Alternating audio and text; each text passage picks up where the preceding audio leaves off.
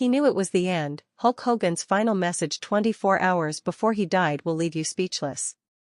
Watch this emotional and powerful tribute to the Immortal One, a WWE legend whose final words shook the wrestling world. In this video, we take you inside the final 24 hours of Hulk Hogan's life.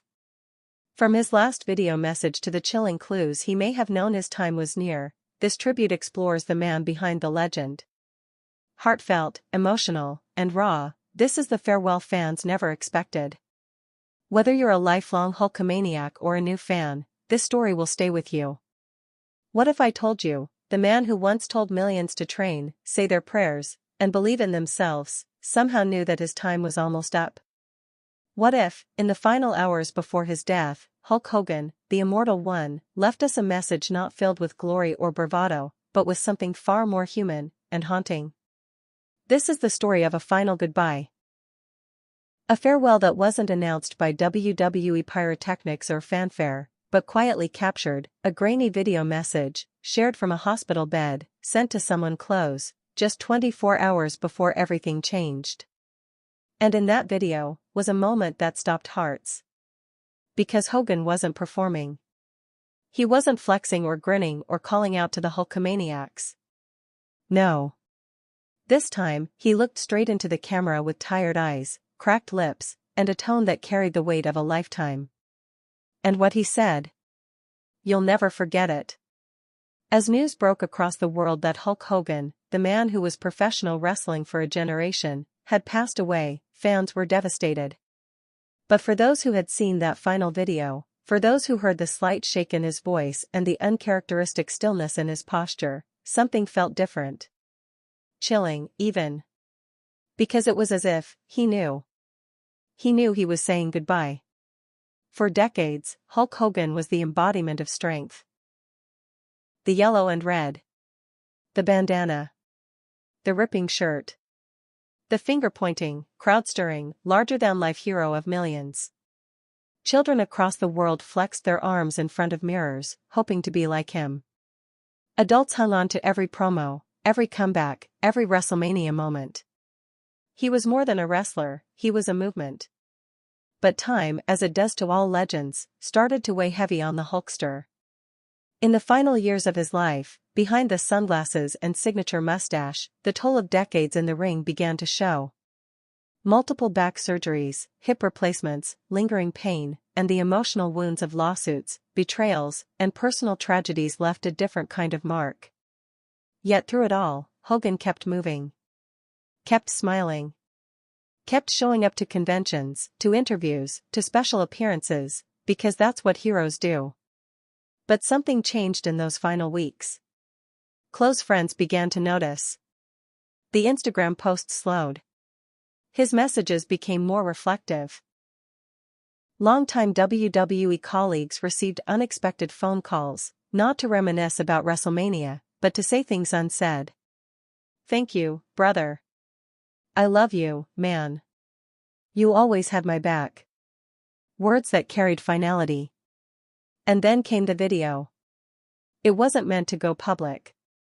It was recorded on a late night, from a hospital room in Florida. Hogan, weakened from a sudden cardiac episode just days earlier, had his phone propped up awkwardly. His voice was low. Not theatrical. Not Hogan. Just, real. I've had a good run, brother, he said, eyes slightly glancing off camera. I don't know what tomorrow looks like, but if I don't get another shot, I just want you to know. I'm at peace.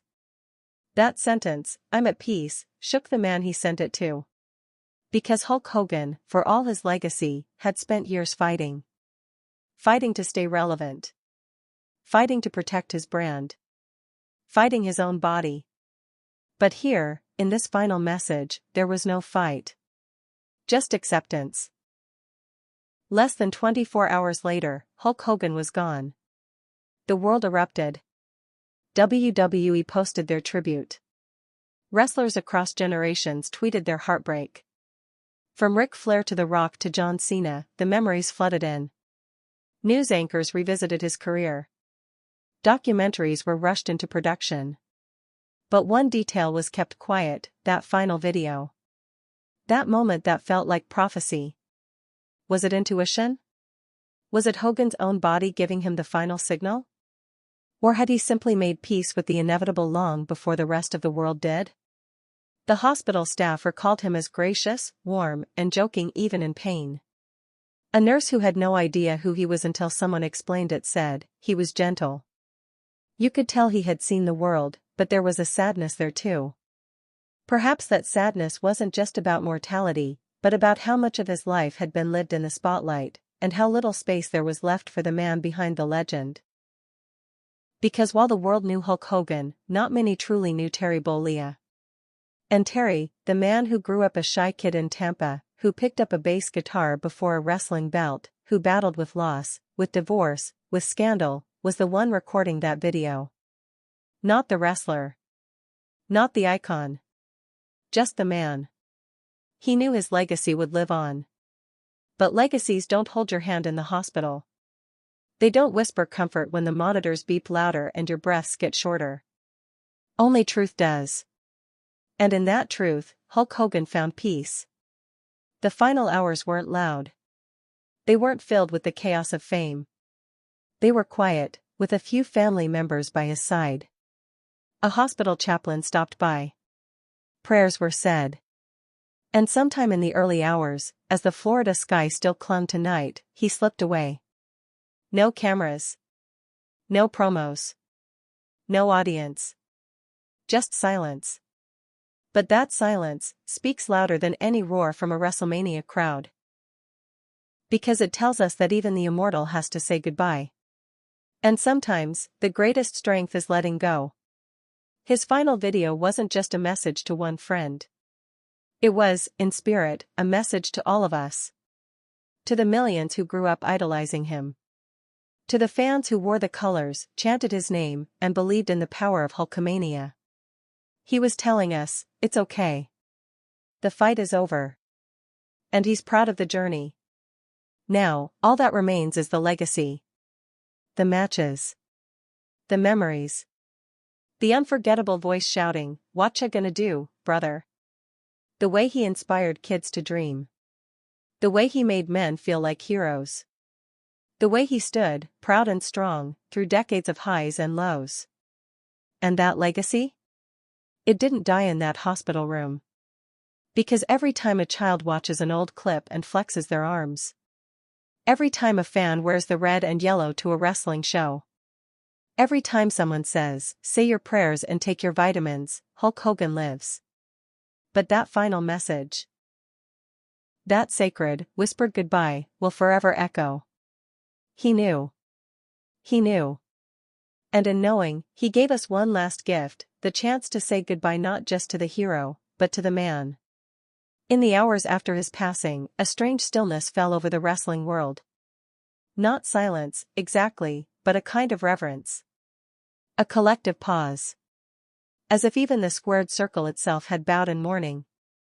And then, the outpouring began. Social media lit up with tributes. Not just from the expected names, John Cena, Triple H, Ric Flair, but from people you'd never imagine had been touched by Hogan's life. NFL stars. Hollywood actors.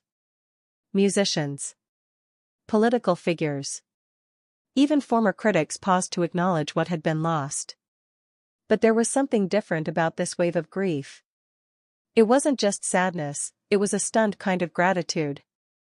As if everyone realized, maybe too late, just how much of their lives had been shaped by one larger-than-life man in a bandana. Behind the scenes, WWE headquarters descended into a quiet chaos. Vince McMahon, now retired but still deeply connected, was reportedly informed by phone early that morning. According to close sources, he sat in silence for nearly 10 minutes before saying a single word, "It's the end of an era." Triple H, now running the company's creative direction, immediately called a meeting. Plans for that week's Raw were scrapped. A full tribute segment would lead the show. Footage was pulled from archives. Editors worked non-stop. Commentary was rewritten. And for the first time in years, backstage egos were replaced by tears. At the Performance Center in Orlando, younger wrestlers gathered in hushed groups. Some had never met Hogan, but all had watched him. All had studied him. In their eyes, he was more than a legend, he was the reason they were there. Meanwhile, in Clearwater, Florida, where Hogan had spent his final days, a quiet procession of loved ones and close friends began arriving at the hospital. Among them was his daughter Brooke, who had received the final call from her father just hours before his passing. Sources close to the family say that call, though brief, was deeply emotional. Hogan told her he was proud. Told her she had his strength. And told her not to be afraid. Later, when speaking to the press, Brooke fought back tears. "He wasn't just my dad," she said. "He was a protector. A warrior. But in the end, he was tired. And he was ready." Back in Stamford, WWE's media team received something unexpected, the private video Hogan had recorded. It had been forwarded by the close friend he'd sent it to, the man who, realizing the magnitude of its meaning, believed the company should see it. According to internal memos, executives debated whether to release it publicly. But ultimately, they decided against it. For now, the video would remain sealed in the company's archives. Treated not as content, but as a sacred goodbye. Still, whispers of the video's existence leaked out. Rumors began to swirl. What did he say? Did he know he was going to die? Was he talking to his fans? Or to someone specific? And slowly, those questions began to transform Hogan's death from a tragedy into a legend. Because to the millions of Hulkamaniacs around the world, the idea that their hero sensed the end was near added a new layer to his myth. He wasn't just a warrior in life, he was a prophet in death. A man who knew when it was time to step off the stage, and did so with dignity. And the fans responded. Vigils began popping up at wrestling schools and gyms across the globe. In Los Angeles, a mural of Hogan was painted on the side of a building by fans who had grown up watching him. In Tokyo, wrestlers bowed before an image of him displayed above a New Japan ring. In Mexico, lucha libre icons paid tribute with red and yellow masks. And in London, a spontaneous gathering outside O2 Arena drew thousands, chanting his name through the night. The WWE Universe had lost its immortal. But in many ways, he had never felt more alive. And then came the tribute episode. Raw opened not with pyro. Not with theme music. But with silence. The camera faded in on a single spotlight in the center of the ring. Inside it stood an empty pair of Hulk Hogan's boots, a folded red and yellow feather boa, and his signature bandana draped over the ropes. The audience didn't cheer. They stood. Many in tears. For 10 full minutes, nothing was said. Just images. Memories. Flashbacks. The body slams. The promos. The laughs. The comebacks. All set to soft music that made even the toughest fans cry. Then Triple H walked out. No script. No entrance music. He stepped into the ring, looked down at the boots, then up at the camera. Hulk Hogan didn't just help build this company, he said, voice breaking. He built this industry.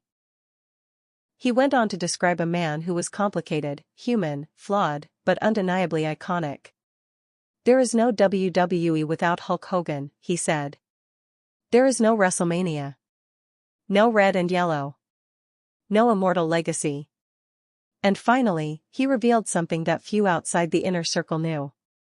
In his final hours, Triple H said, Hogan sent a message to someone very close to him. And while we won't be showing that video tonight, I want you to know, he knew. He knew he was loved.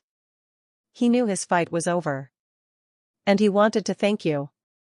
The fans. The people who made him who he was. The crowd erupted. Hogan. Hogan. Hogan. And in that moment, it felt like he was there again. In spirit. In legacy. But something had changed. This wasn't about nostalgia anymore. This was about saying goodbye. Not to the character. Not to the wrestler. But to the man. Terry Bollea. father, fighter, icon. Gone. But never forgotten. Backstage, behind the glitz and polish of the official WWE tribute, something deeper was unfolding. Phone calls were being made. Messages were being replayed. Tears were being shed, not for the character, but for the man they had once traveled the world with. And slowly, stories began to surface. Stories of Hogan's final days. Stories that revealed just how much he meant to those who knew him, not just as the Immortal One, but as a brother, a mentor, and, for some, a father figure. The first to break his silence was Ric Flair. The Nature Boy, known for his flamboyance and larger-than-life persona, was a shadow of himself when he posted the video. Sitting in what looked like a quiet study, he didn't wear his trademark robes or sunglasses. He didn't even look at the camera directly. "He called me," Flair whispered.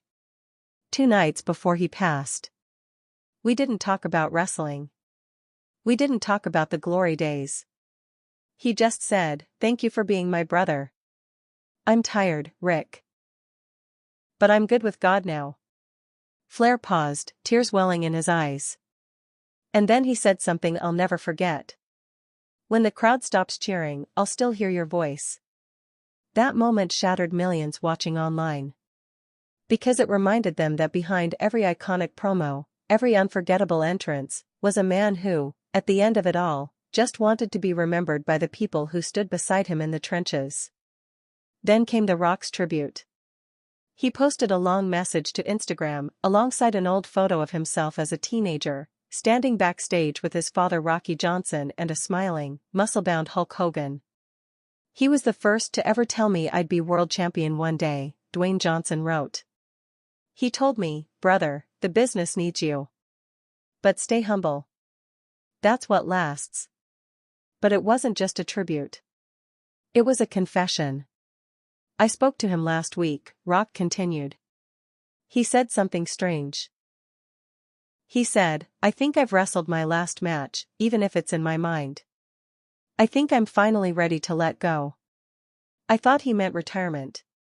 I didn't realize he meant everything." Rock's message ended with 3 simple words.